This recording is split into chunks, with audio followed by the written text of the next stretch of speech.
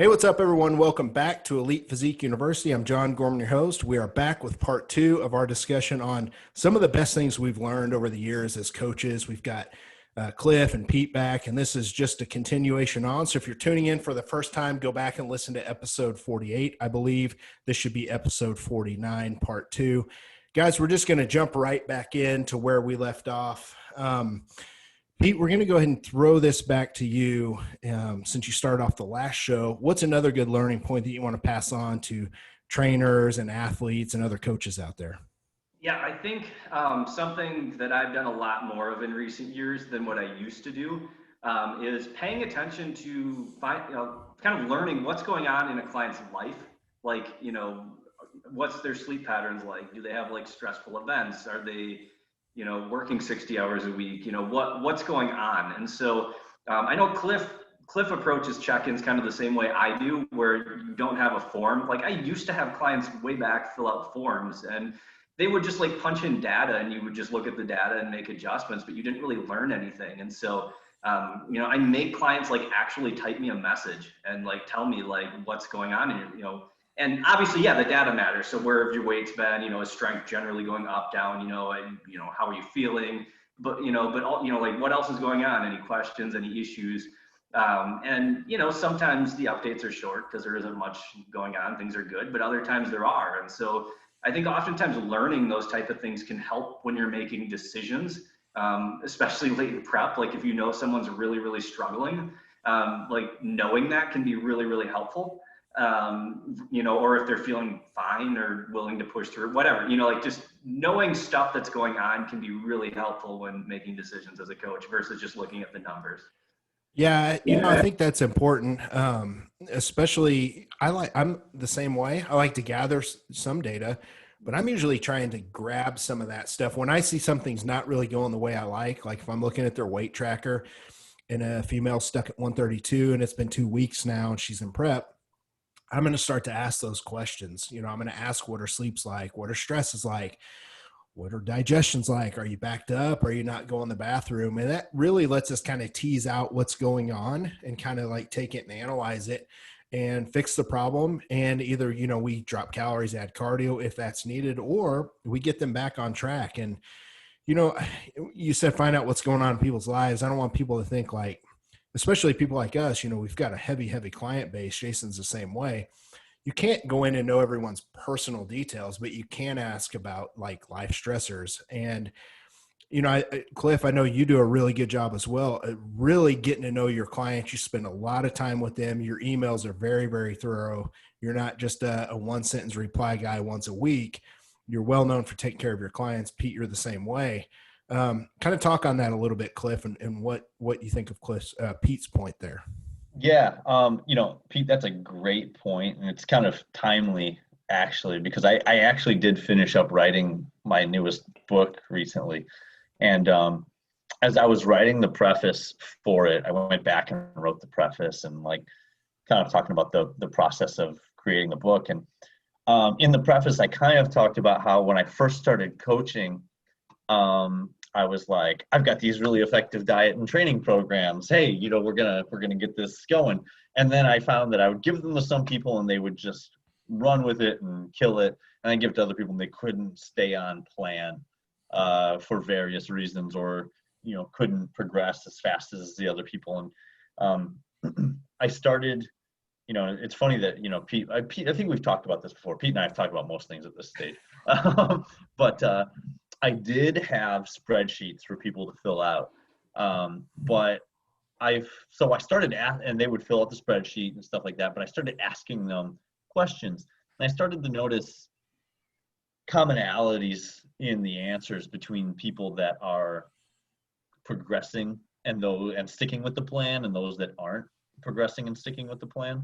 And when I say commonalities, I mean things in terms of not just, and how their lifestyle is set up. That's a commonality. Also, a commonality is like how they view the entire world around them is a commonality. And so I was like, oh, dang, I need to learn more because I know Pete's kind of similar to this. I'm somebody who consistency and motivation and things like that tend to come very easy for me. And so I didn't understand what the differences were. And so honestly, I started a huge process of learning psychology and developing a philosophy on how to approach life to be successful. And so now I get my clients talking to me. I don't want them filling out a spreadsheet. In fact, if clients start sending me a spreadsheet they made themselves, I'm like, don't send me that. Tell me about your week, because I can get certain things from their write up. I don't know about you guys, but I can even tell a lot now about a way a person types. Yep. I mean, Exclamation points everywhere. yeah, exclamation points. A lot Sometimes, of like short abbreviations and yes, yeah, you can tell a lot. Honestly, I can tell more about how a person's doing sometimes through reading their emails than I can talking to them, because in talking to them, sometimes they can mask things, fake smiles, stuff like that. It's almost easier through text for me. And so some of it is life circumstance, some of it is approach to the world around them. And so man, it's night and day, and sometimes you can get a sense when something's not right with a person. I'll just say, I, I'll ask them, how are things at home? How's your family doing? And they can tell me as much or as little as they want in that situation. It's up to them. I'm not trying to dig into their personal life, but if something is, needs to be talked about, we can talk about it. And so, it's honestly one of the reasons I wrote the newest book, is because I do like a lot of like veering and tweaking with people's like mental approach to things, in and out of the gym. But like John, like you said, we can't control their lives. We can do little tweaks and perception shifts, but the more you can kind of build that healthy lifestyle mentality in a person, the more effective they'll be both in and out of the gym. Yeah. And I do want to point out, there's going to be a lot of people listening. They're just starting out. They're probably thinking, fuck, this is a lot of work. Like, I just want to collect their data and all this stuff. But if you listen really closely, this is stuff that we all kind of started doing. We all started off, that would have been a lot of work for us when we all started off. I'm going to imagine it would have been for me. And it was literally learning from failure or getting these aha moments that have kind of gotten us to this point. And guys, I'm going to have to toot our horns, because there's going to be people out there thinking, nah, this is too much work. I just want to collect data. If you really look at, Jason's clients, if you look at both of you guys, and like, this isn't an ego thing, this is just a fact. Our clients are some of the leanest on stage. And I would venture to say that a lot of that comes with the way that we kind of tease these things apart and we gather all this data instead of just being a numbers cruncher, because it's kind of like dieting. It's not just, Pete, you've given a great presentation on calories in, calories out. And I talk about it a lot as well. There's hormones in play. There's all these other things that we have to learn about, that you really, really need to pay attention to some of this stuff that Cliff and Pete are saying, because it's just not always a numbers game. It's not always just data. It's how you take it. And really, everybody is so different, especially males to females, and how lean they have to get. So that's a good point. Pete, did you have anything that you wanted to add to that? I don't think so. I mean, one thing I do a lot of times, well, I do with all of my new clients is, I actually do have a Skype call with all my new clients before we get started. Before we start anything, I kind of use it as like for me, it kind of sometimes can be like a weeding out call. What is this person on the same wavelength as me? Like, is this going to go well? And before we had both invest time in each other. And then from there, yeah, I use email for basically all my check-ins from there, but I do usually do an initial call, and I find that's along the lines of learning more about the person and things like that, and getting some initial feel if it's going to be a good fit. Cliff, I know when you first started, you would have an initial call with someone after they got their plan. Do you still do stuff like that? I don't do that at all. I personally save phone calls myself. And a lot of that has to do, I've got so many other businesses. I'm just super busy. It's different. My client base is a little bit smaller, so I keep that smaller.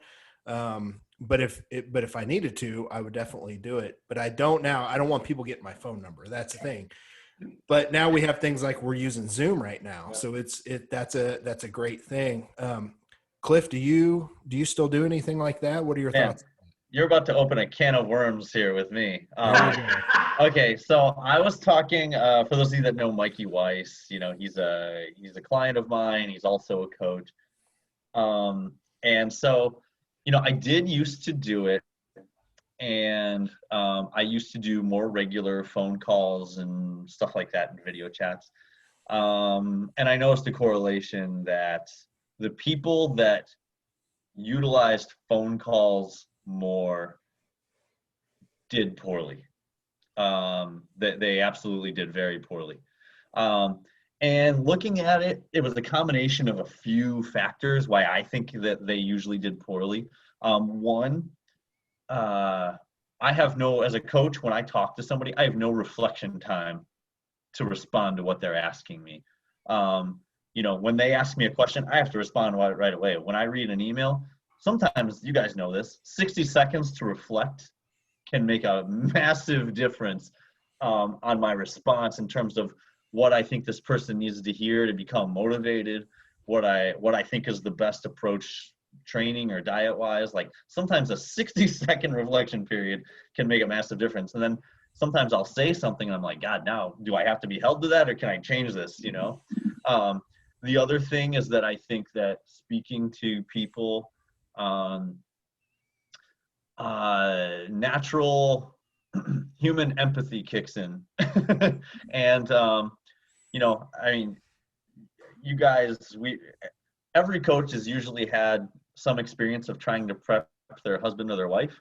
And it is more difficult because you see them going through the process. Yeah.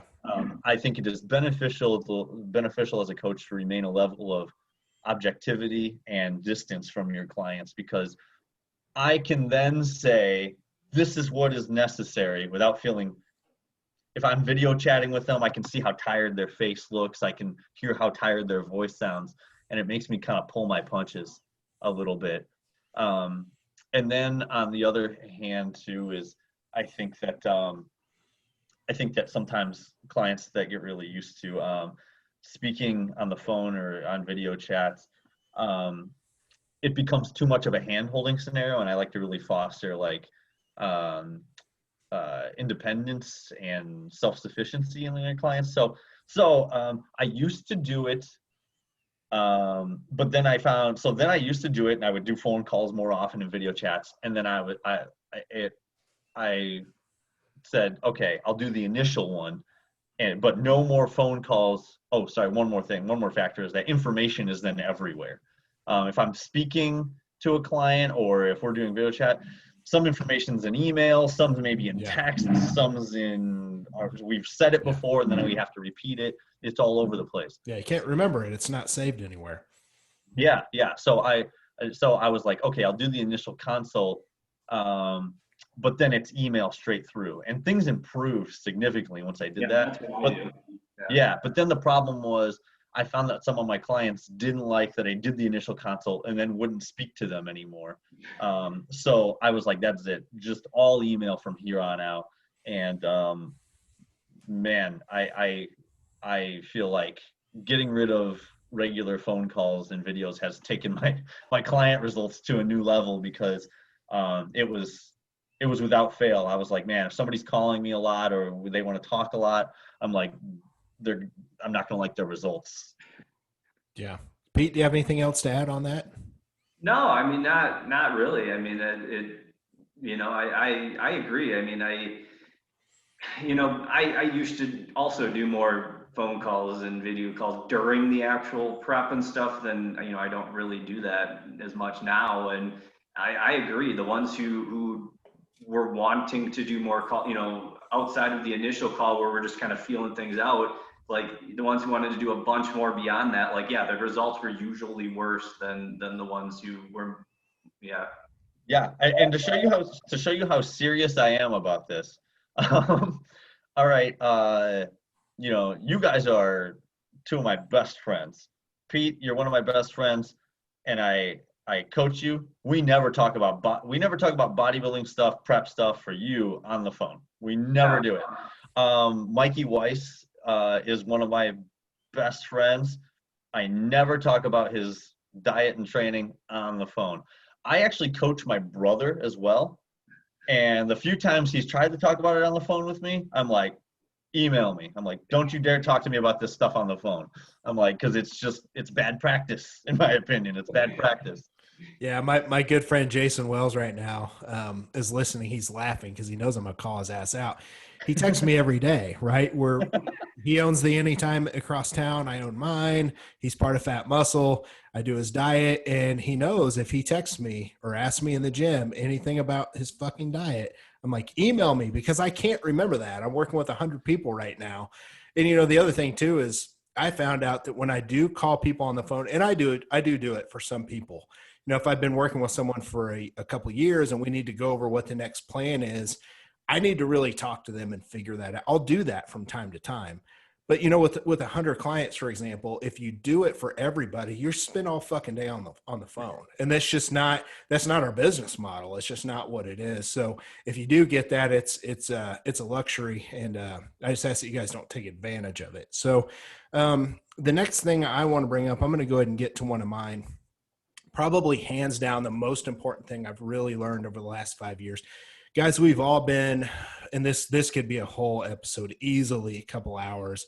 And we've broken down a lot of this, Jason and I have on the podcast in different episodes with hormones and stuff. But understanding cortisol's effect on the body, things like the thyroid and insulin sensitivity and how hormones play a role in prepping someone, not just the calories in and calories outside. And we've all been aware of metabolic adaptation. We've talked about reverse dynamine. All of us have been talking about that stuff since probably 2010, maybe even earlier. And we've been aware of it. It was really kind of the next level, about 4 years ago when I really started to pay attention to. I never was one to look at clients' labs a lot because I didn't want to have to go there. And I didn't feel like I needed to. My clients were getting lean enough. They were doing well. Business was good on my end. And for me, it was just the learning point of like, all right, there's another level that I want to take it to and I want to personally learn from. And that's when I really started to understand the hormones of the body. And then once I started to figure out how much cortisol affects the thyroid, how much it affects blood sugar going by pumping blood sugar up, and then insulin goes up and you've got people on lower calories that just can't lose. But, we used to just think, well, this person's just not sticking to their diet. They're not adhering. And I had so many people that I would start to look at that were sticking to the diet that I personally knew I was very close to, but their hormones were fucked and cortisol was high and all these things are out of range. Blood sugar was high, that I started to piece it together. And that's where, here in the next month, I'm going to give a hormones versus calories in, calories out class and through Zoom.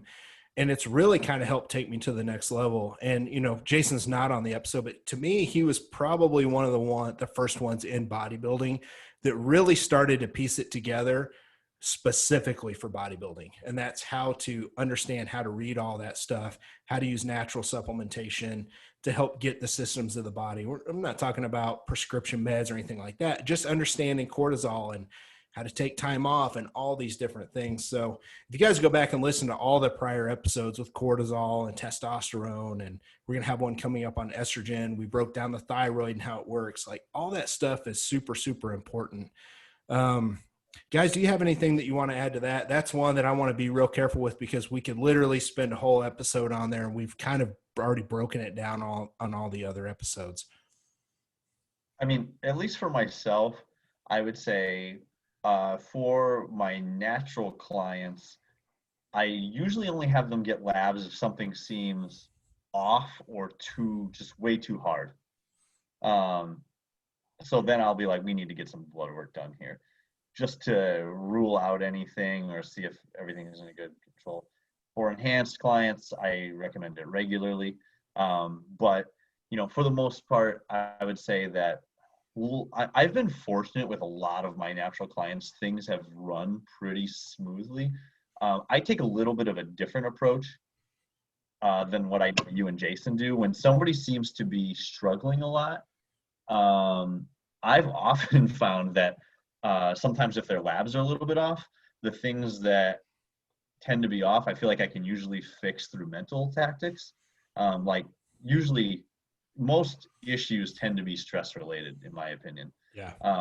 So I will, of course, change some diet and training factors, but usually I'm like, all right, you're seriously stressed here. We've got to work on adjusting your lifestyle a little bit, your mental state. And I feel like I can usually get people's blood work back where it needs to be just through altering that, or food choices. Sometimes food choices are kind of the culprit there. Yeah. Pete, do you have anything that you want to add? Yeah, I would agree that, I think, addressing someone's lifestyle, you know what I mean, is really, really important. It isn't, there are supplements and there are dietary changes and there are obviously, if really bad cases, prescription meds that can help stuff. But, you just look at the medical system as a whole, right? It's very much like reactionary, like let's treat the symptom, but not let's get at the problem, right? And so a lot of times the problem is that the underlying issue is my cortisol is really, really high, and I'm really, really stressed out because there's some way how I'm living my life or how I'm coping with that stress. You know what I mean? It might be the driving force here to all of that being an issue. And I agree with Cliff that that's something I've definitely become more aware of over the years, is how much the psychological side and the lifestyle side can affect a lot of this. Yeah. Cortisol is enemy number one. That's really my biggest, kind of take home over the last 5 years. When I wrote Metabolic Capacity and Reverse Dieting in 2015, I'd spent, years leading up to that, understanding the calories in, calories out standpoint. But once I started to see what cortisol actually did to the thyroid, how it raised blood sugar and raised insulin and fucked up insulin sensitivity, it's those people that I would see go through these cycles year after year that it's been fun. It's been fun to kind of fix and help over the last few years. Man, there's still a lot to learn. So for me, it's kind of a challenge. It's a learning standpoint, but I've got to say that's some of the hardest shit that there really is to understand. And you have to be qualified. I know there's a lot of people out there that are trying to take stuff they hear from the podcast and they're trying to go out and fix people and do all this stuff. And you guys have to realize that it's something that you need to educate yourself on, but you need to make sure that you're ready to actually start applying the stuff, not just regurgitating shit. And I'm seeing that a lot. So I'm careful with that myself. I usually defer to Jason on a lot because he knows more than anybody else I know, and people like Vince. But it's something new. Like, we're going to see more of it in bodybuilding. And I wanted to bring that up as my point. We've got 3 more points to talk about. Pete, you've got one that I think is really, really cool. I'm probably more excited to talk about this. Go ahead and talk about your next point. Yeah, so one is asking clients what they're eating to hit their macros. So, it used to be like, oh, well, you can eat whatever you want to hit your macros and you'll be fine. And to some extent that might be the case, but there are a lot of times I see what people are eating, usually affecting progress. Like if something doesn't add up, something doesn't make sense, I usually ask people, well, send me, what does each day look like? Meal by meal with amounts at each meal. And I start seeing, like, when they're telling me amounts, they're saying, they're not even giving me amounts, or it's like a scoop of this. Well, what's a scoop? Or a cup of this. And it's like, well, but the serving size is based on grams, or they're measuring meat cooked and counting it as raw macros, or they're not counting BCAAs or EAAs towards calories, or just on and on and on, right? Like, they're not counting vegetables towards their nutrition, or they're maybe not even eating vegetables, or I think one of the most common things late in prep is they're eating all like the extras, the sugar alcohols and the artificial sweeteners and all the fiber enriched foods that have 15 grams of freaking fiber in a serving or something. But all of that stuff adds up, right? Let's move back towards you don't need to have 0 of that stuff, but let's move back towards mostly whole foods here, especially when food's low, get some of that stuff cleaned up. And it's amazing, without even changing their macro numbers, oftentimes just cleaning up, where are things being missed? let's get some of those extras out. Like let's eat mostly whole foods again. And a lot of times that fixes the problem when things don't, like they don't make, like they look like they're way harder than they should be. Cliff, I'm gonna bring something up real quick, and then I know you've got a lot to say on this, but Yeah. you and I did a podcast on the old TNT podcast whenever I was still with First Form. It was back in 2016, and it was flexible versus clean eating. And I remember, Sal and I back in the day, we looked at our episodes to see what the most popular ones were. That was the most fucking popular one back then, right? Yeah, it was right in the middle of a lot of the flexible dieting kind of craze. Like 2016 was kind of on its way down. Like it wasn't as cool anymore. But we did that episode and we really broke things down. I'm going to be kind of interested to see if you've changed your approach to any of that. I personally have, so I'm going to wait. But we've kind of seen it all, kind of like you, Pete, with clients. What are your thoughts on that? And if you have made changes, has it helped your clients? I don't remember what I said on that podcast. I think enough time has gone. We were both pretty open to trying to eat as healthy as possible and just make sure that you hit your macros. And that was the thing. But since that was the TNT podcast, like we're talking to a lot of Gen Pop and stuff like that. And I think this is a good place to kind of differentiate the points that we're going to make, right? We're all bodybuilding coaches. Yeah, Pete, we both have some Gen Pop. So does Jason. Cliff, I know you're mostly athletes, but we're talking about elite physique enhancement here. So what are kind of your thoughts on that now? Or do you still feel good with what you said? I think I'm still in that range. Like I would say I want to see mostly whole foods, like real foods. So I think there needs to be like a distinction, because food classifications are hard, because somebody may get their, you get these like protein snacks or, like that. They're like, oh, these high protein, clean snacks. I'm like, that's still like super processed food, guys. You know what I mean? Like, I'm generally not in favor of these health food type snacks. And when I say health food type snacks, I mean, what I'm saying is like those protein infused treats. That's all they are, is they're protein infused candies usually. So I'm generally not in favor of those. I think you can work in a few things here and there. Like if you want a bowl of ice cream, maybe have it at the end of the day if you have eaten a solid base of healthy, nutritious, less processed foods. And sometimes people will say like, what do you like for a snack or something like that? I'm like, well, maybe a few nuts or some raisins or some, dates or something like that, then go with that. But yeah, for the most part, I'm like, let's eat a variety. I'm big on variety with food choices. A variety of vegetables and fruits. Like when I tell people to get their vegetables, what do? They eat broccoli. I mean, they eat broccoli. Hey, I had a cup of broccoli with 2 or 3 of my meals, for the last year. And I'm like, have you ever eaten a red vegetable? Like, do you eat red vegetables? Do you, a red pepper or a carrot or anything like that? So I always tell my clients, I want to see as much of a variety of colors and types of vegetables. Pete, you remember in the Team Wilson group in my last prep, I put all the vegetables that I was eating, and people are like, oh God, and so varieties of colors and types of fruits and vegetables, varieties of grains, varieties of meats. I want to see things moving. And then if you do that and you want to work in a bowl of ice cream at the end of the day, more power to you. But I think that there's a huge advantage to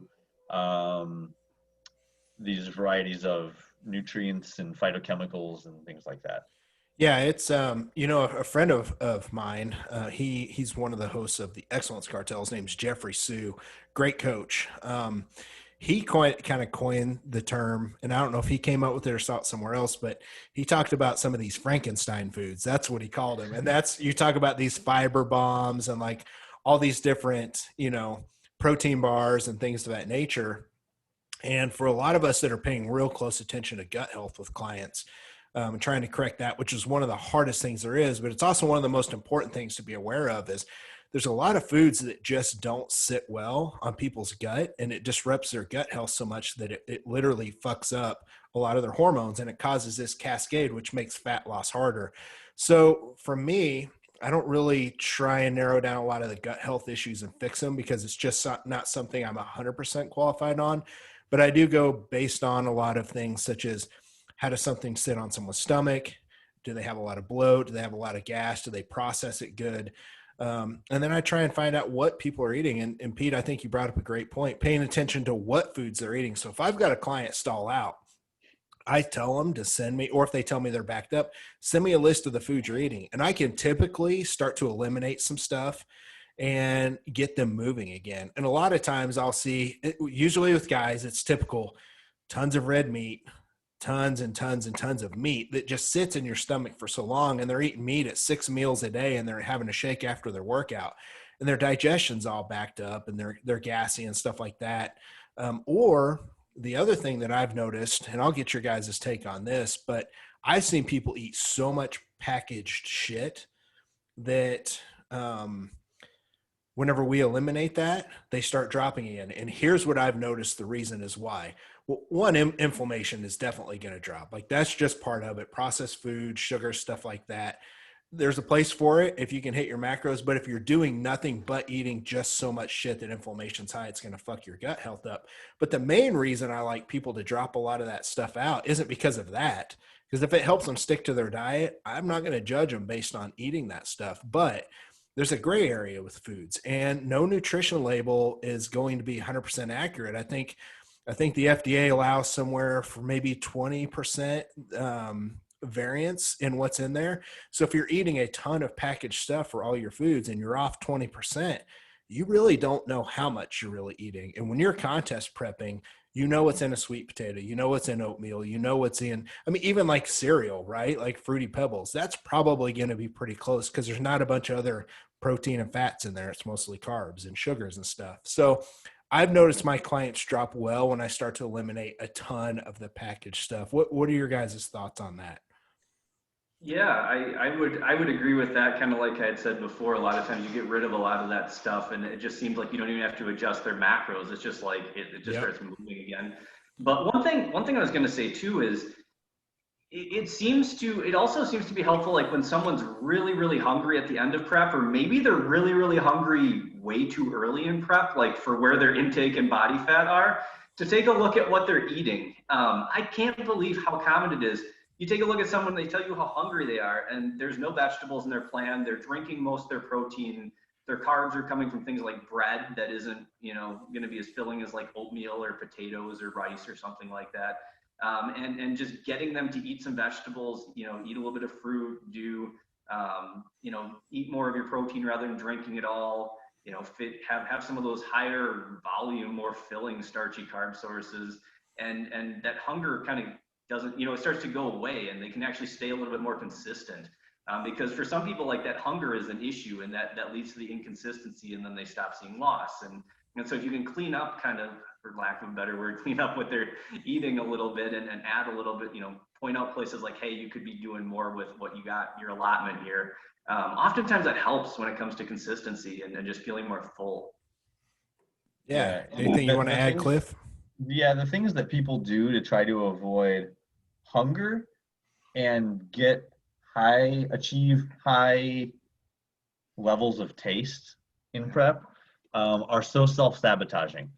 And I guess on the other end, the people that eat pounds of vegetables a day to try to feel full. Yeah, not good either. Yeah, like, stop trying to get extreme volume or extreme taste. Like, you need to stay in that middle ground.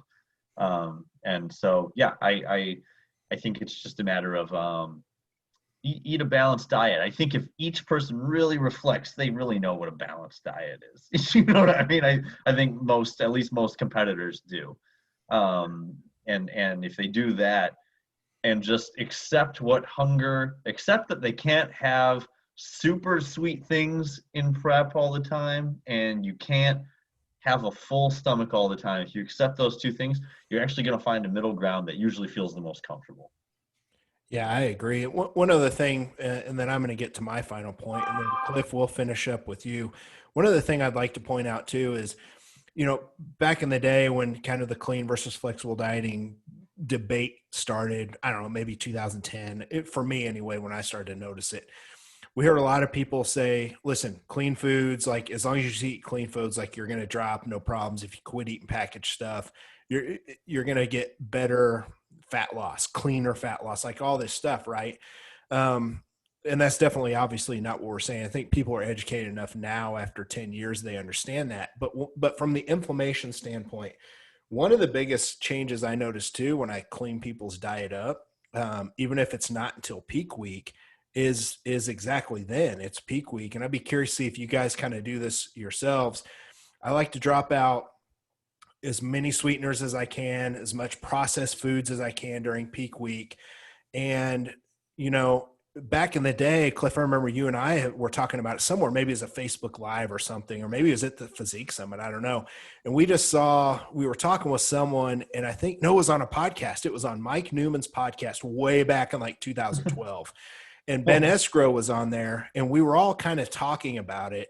And someone said there's really no research to prove that if you cut out things like monsters and sweeteners and all this, that you're going to tighten up. And I remember you kind of pointed this out, and I was seeing the same thing. You said, no, but anecdotally, I'm seeing a drop on the scale. I'm seeing them visibly tighten up, and I'm seeing a drop on the scale.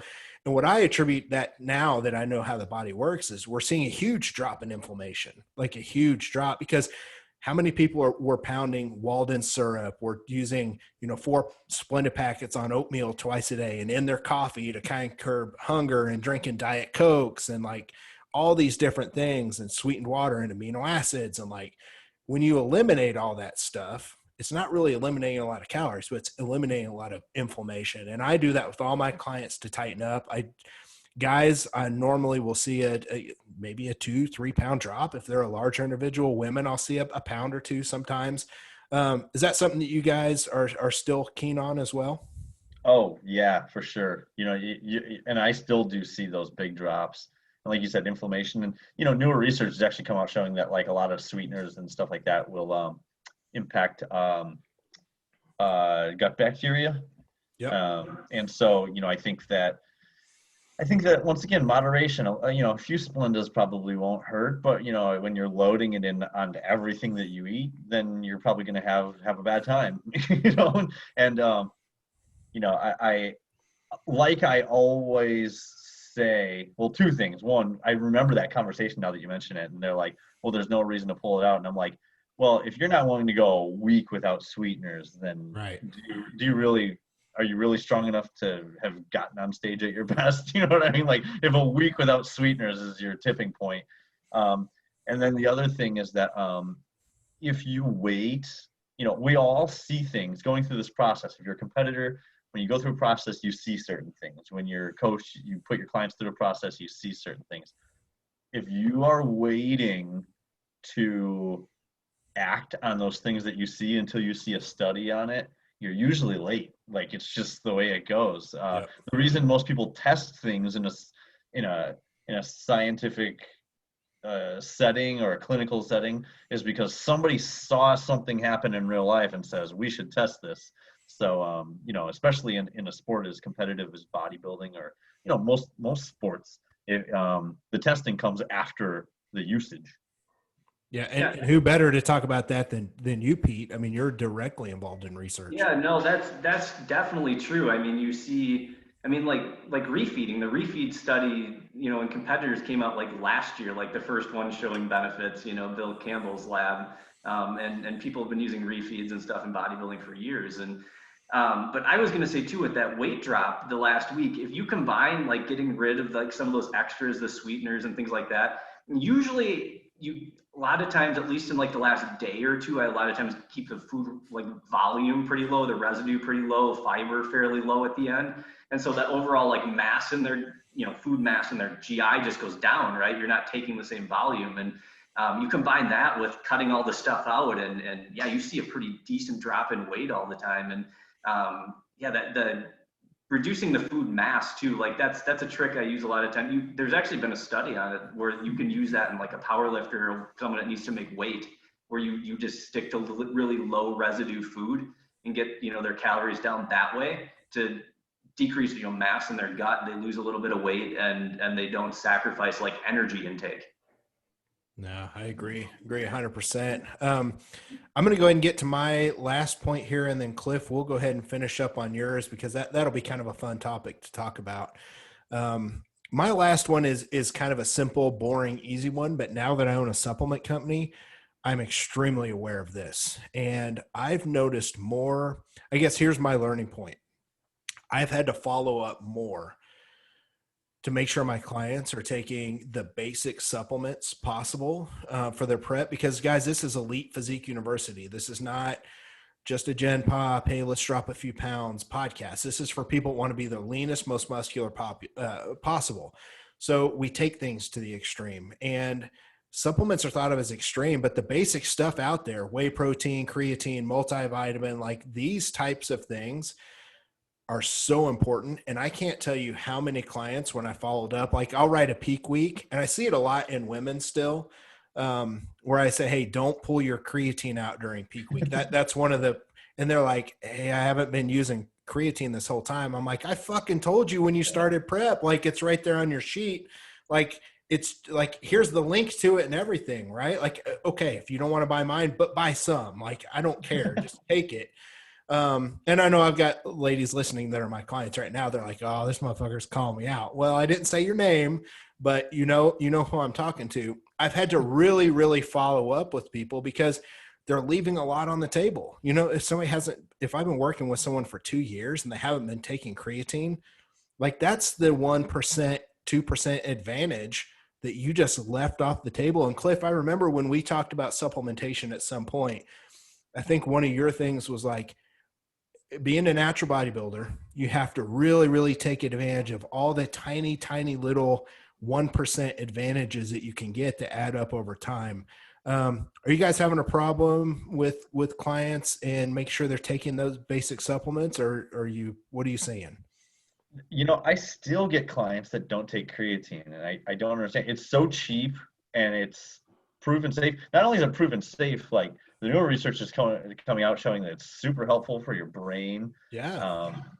And even I saw a study that shows that it might help with depression and mood and things like that. So Yeah.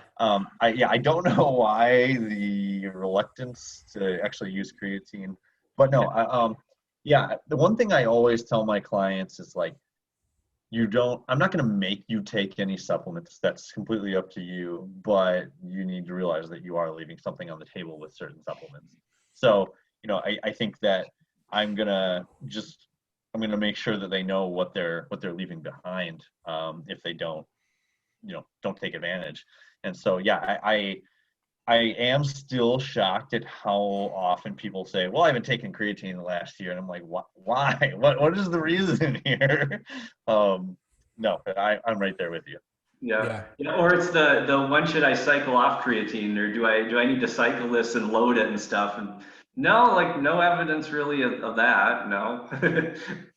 Yeah, it's one of those things too that, people don't realize that you store up creatine in your body, and you don't have to cycle off of it at all. I don't think I've gone without it unless I just got bored and didn't want to take it and just got burnt out, but even then it would only be for a week or two at a time. You still got some creatine built up. I can't remember where I read that it takes, if you're taking 5 grams a day, you're probably saturated at 3 or 4 weeks, probably. I can't remember. Pete, you might know. Yeah, it's like 4 weeks if you're taking something like that. Yeah. Yeah. So, I mean, it's one of those things. That was my point. Now that I own a supplement company and I'm very extra aware of it, I'm like, what the fuck? You're not taking a multivitamin? Like you're not. So it's just one of those things. Or like vitamin D if you're Vitamin D. Like, I mean, that it's the most common micronutrient deficiency in the US. And it's most of us this time of year who live way up north like I do, who see, I mean, I guess I walk my dog in the sunlight, but I mean, when you're bundled up and your face is the only thing that sees sunlight, I can't imagine, especially with the sun angle, that I'm getting a whole lot of natural vitamin D production. Vitamin D is a Vitamin D is a massive one. That's a great one. Yeah, and it's so cheap, especially if you get, and I'm not trying to sit here and plug my stuff, but it's medical grade. It's like $24 and it'll last you. It's the same stuff you've been taking because you live up in the tundra up there and it's dark. I mean, it lasts like 3 months for like $24, but don't get the cheap shit. But yeah, it's one of those things people they just don't realize. But I digress. Cliff, let's go ahead and finish up on your last point. This will be a fun one because I've got personal experience with this. And Pete, I'd like to see what you think about it personally and from a scientific standpoint. So go ahead, Cliff. Well, you saw me do a talk on this at our Physique Summit a few years back. Remember I did that talk on the evolution of things I changed over the years. Right. Um, and one of them, so I was pretty on board with power building, powerlifting, bodybuilding, hybrid training, probably back in 2012, 2013. What was the name of your programming? Was it Power Block period? Power block. Yeah. Yeah. And I liked it because the rationale seemed sound to me at the time was you get stronger and then you can get bigger. Of course, that's not false, Right. But the problem being that a lot of compound movements are, I would say, jack of all trades, master of none, especially deadlifts. So I I kind of started to veer away from like these heavy compound movements because they were also so taxing on your nervous system. You just get run down. Do a few heavy sets of deadlifts at the beginning of your back workout and watch how much the rest of your back training suffers. So then I was like, well, I backed off some of those and I was still doing like heavy, 4, 5, 6 rep sets. And I was still advocating for those. But over the years, I've actually come to value high rep and ultra high rep sets significantly more than heavy sets. Now, it sounds bad to people because when you look at the research on high rep sets, you need to go almost to failure or at failure in order to achieve the same level of muscle growth. Right. So people are like, oh, that doesn't sound very good. Now, when I say high rep and ultra high rep, I mean, 15, 20, and 30 rep sets. I include a lot of 30 rep stuff in my programming. Me too. And people are like, why are you doing that? And I was noticing people that inherently did a lot of those things, they improved really quickly. So the way that I've sort of identified that as a possible mechanism for why people, and by the way, the people that I know that do a lot of ultra high rep, they're not taking all these sets to failure. They are usually stopping a few reps short. So I actually looked and tried to think of what the mechanism could be, and I actually kind of found the answer on my own body. My triceps are my best muscle group. And I don't do anything special for them. And they're not even particularly strong. The thing I do is I feel them when I train them. I feel them very easily.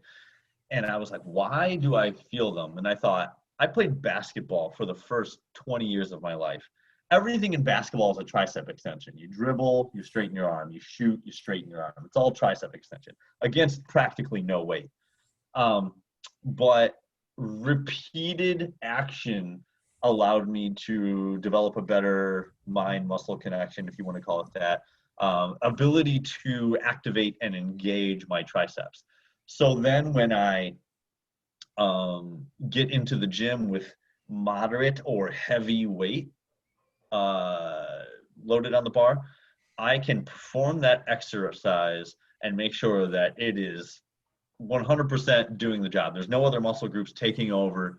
There's no momentum. It's all triceps for me. So I see that same thing. Whereas I used to say, and I think a lot of people still say, when you have a weak muscle group, they're like, train it heavy and train it hard. And I'm like, we need to train it light and learn how to squeeze this area. Because usually whenever somebody they have an underdeveloped muscle group, if I ask them if they feel it when they're training it, not usually to the degree of other muscle groups. So I went the other way with it. The rationale used to be get stronger, and then it'll carry over into the more moderate rep ranges. That strength will carry over. But then I'm like, if you can't feel a muscle group working all that much, it's hard to get stronger. The auxiliary and surrounding muscle groups usually get stronger, not your weaker one. So now I've gone the other way with it. Let's use the high reps and develop the capacity for activation, and then carry it over into the lower reps. Does that make sense? Yeah, it does 100%. And, I want to kind of jump in here next because you and I talked a lot about this. I had something happen with me in 2016. So I was traveling all the time, every week up to First Form at the time, doing the podcast. Business was growing. We had the Physique Summit. Like I was at an all-time high, busiest. So what I wanted to do with my training was I still stuck to the push-pull leg split, but I used to have heavy days in there. So my heavy days would be 6 reps or less. And then my other day would be more of a hypertrophy rep range, 12 reps higher. What I did was I took all my training and went 100% to 20 and 30 reps on every single set every time I trained.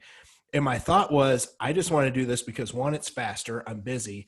2, I just want to maintain my physique. And that's what I thought was going to happen at the time. My diet, nutrition stayed on point. Like it just was nothing changed but my training.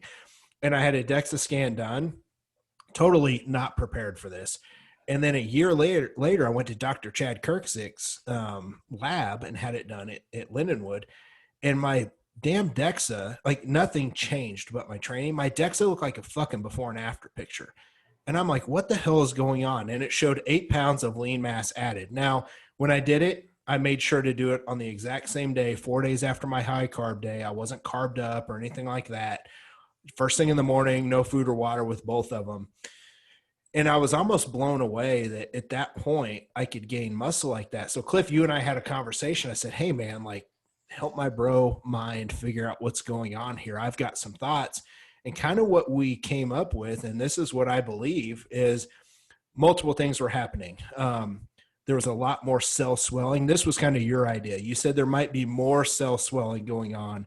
So the muscle is actually having to swell so much more. And that makes sense. So, whenever you train to get a pump and you get massive cell swelling, your muscle thinks that there's something going on. So it has to try and grow and get bigger to protect itself. That's my theory on that. So you thought there might be some massive cell swelling going on. And then the other thing was, whenever I actually did figure out volume, which is reps times sets times weight, I don't normally do that. I just count my sets. But when I figured out my total volume, and I was trained to failure at 20 to 30 reps, by the way, my total volume was higher. So it was faster. It was easier on my joints and tendons. And I put on a bunch of muscle doing it when I was just trying to maintain. That's when I became a big, big believer in the higher rep ranges. Yeah.